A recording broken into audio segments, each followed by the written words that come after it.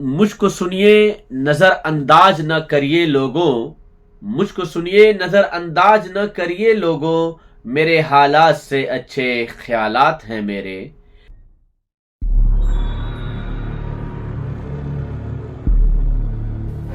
साथियों, चारों तरफ ईवीएम को बैन करने की आवाजें उठ रही हैं, जो आप लोग हर न्यूज चैनलों पर सुन रहे हैं।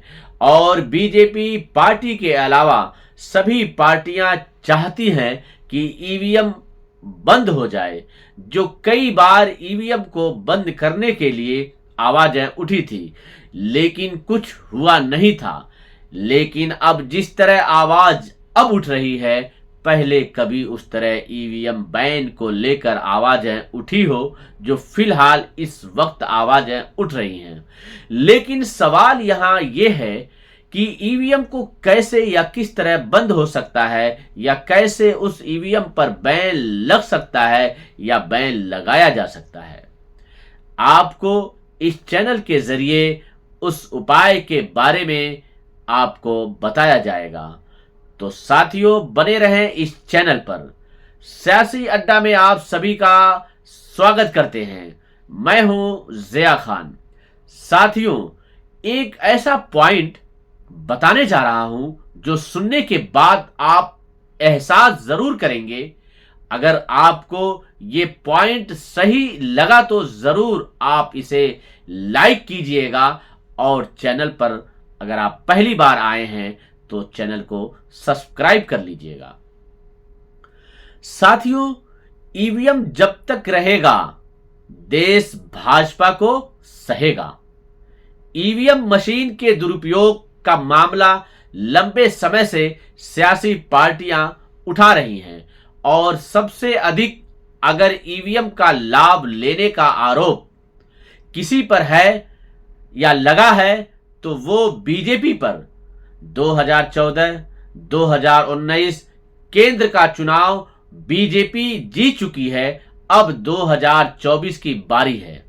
दरअसल होता क्या रहा है कि जब गैर भाजपा पार्टियां स्टेट या कहीं चुनाव जीतती है तो उनको लगता है कि सब कुछ ठीक हो गया, और जब कहीं भाजपा लगातार जीतने लगती है तो इनको लगता है कहीं ना कहीं ईवीएम में गड़बड़ी है।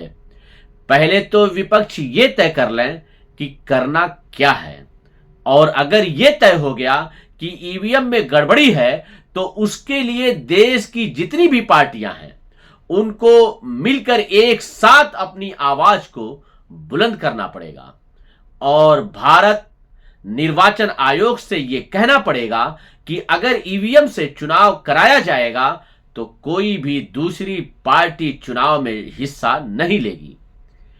मजबूरन निर्वाचन आयोग को बैलेट पेपर से चुनाव करना पड़ेगा।